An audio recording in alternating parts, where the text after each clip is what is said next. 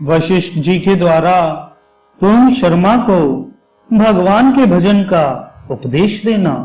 सोम शर्मा ने पूछा, ज्ञान विज्ञान के पंडित विप्रवर वशिष्ठ जी, यदि ऐसी बात है तो मुझे ब्राह्मण वंश में जन्म कैसे मिला? इसका सारा कारण बतलाइए। वशिष्ठ जी बोले, ब्रह्मान, पूर्व जन्म में तुम्हारे द्वारा एक धर्म संबंधी कार्य भी बन गया था, उसे बताता हूं। उन दिनों एक निष्पाप, सदाचारी, अच्छे विद्वान, विष्णु भक्त और धर्मात्मा ब्राह्मण थे, जो तीर्थ यात्रा के व्याज से समूची पृथ्वी पर अकेले विचरण किया करते थे। एक दिन वे महामुनि घूमते घामते तुम्हारे घर पर आए। द्विज श्रेष्ठ, उस समय उन्होंने अपने ठहरने के लिए तुमसे कोई स्थान मांगा। तुम बड़ी प्रसन्नता के साथ बोले, विद्वन, आहा, आज मैं धन्य हो गया। आज मैंने पावन तीर्थ की यात्रा कर ली तथा इस समय मुझे आपके दर्शन से तीर्थ सेवन का फल प्राप्त हो गया।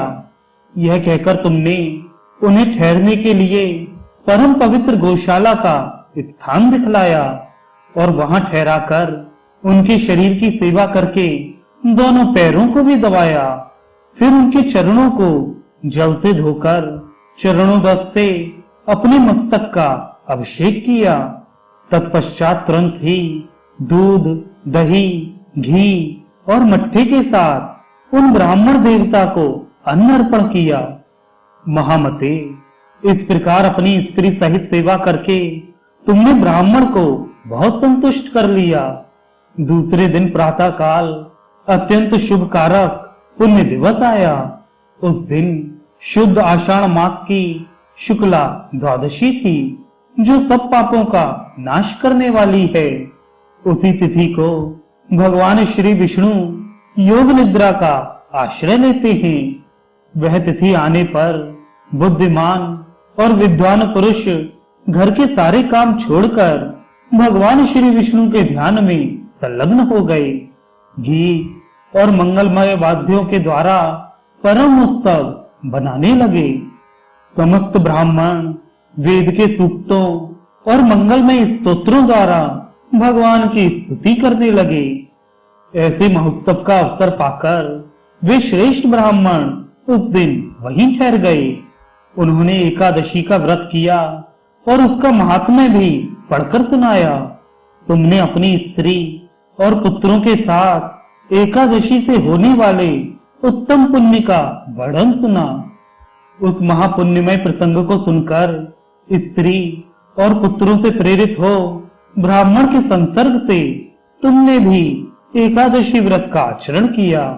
स्त्री और पुत्रों के साथ जाकर प्रातः काल स्नान किया और प्रसन्न मन से गंध पुष्प आदि पवित्र उपचारों तथा सब प्रकार के नैवेद्यों द्वारा भगवान श्री मधुसूदन की पूजा की। फिर नृत्य और गीत आदि के द्वारा उत्सव मनाते हुए रात्रि में जागरण किया। तत्पश्चात भगवान को स्नान कराकर भक्ति के साथ बारंबार उनके चरणों में मस्तक झुकाया और महात्मा ब्राह्मण के दिए हुए भगवान के चरणोदक का पान किया, जो परम शांति प्रदान करने वाला है। इसके बाद ब्राह्मण को भक्ति पूर्वक प्रणाम करके तुमने उन्हें उत्तम दक्षिणा दी और पुत्र एवं पत्नी आदि के साथ व्रत का पारण किया। इस प्रकार भक्ति और सद्भाव के द्वारा तुमने ब्राह्मण को भली भांति प्रसन्न कर लिया। अतः ब्राह्मण के संग और भगवान श्री विष्णु के प्रसाद से सत्य धर्म में स्थित होने के कारण तुम्हें ब्राह्मण का शरीर प्राप्त हुआ है। तुमने धन के लालच में आकर पुत्र का स्नेह त्याग दिया। उसी पाप का यह फल है कि तुम पुत्रहीन हो गए। विप्रवर, उत्तम पुत्र, उत्तम कुल, धन, धान्य, पृथ्वी, स्त्री, उत्तम जन, श्रेष्ठ मृत्यु, सुंदर भोग, सुख, राज्य, स्वर्ग तथा मोक्ष आदि जो जो दुर्लभ वस्तुएं हैं, वे सभी परमात्मा भगवान श्री विष्णु की कृपा से प्राप्त होती हैं।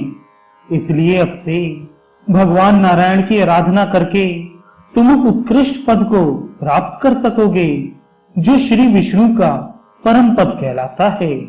महाभाग यह जानकर तुम श्री नारायण के भजन में लग जाओ।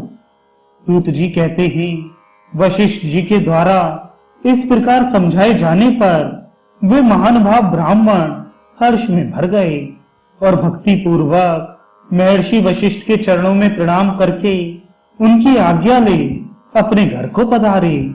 वहां पहुंचकर अपनी स्त्री सुमना से प्रसन्नता पूर्वक बोले, प्रिय, तुम्हारी कृपा से महर्षि वशिष्ठ जी के द्वारा ही मुझे अपने पूर्व जन्म की सारी चेष्टाएं ज्ञात हो गईं।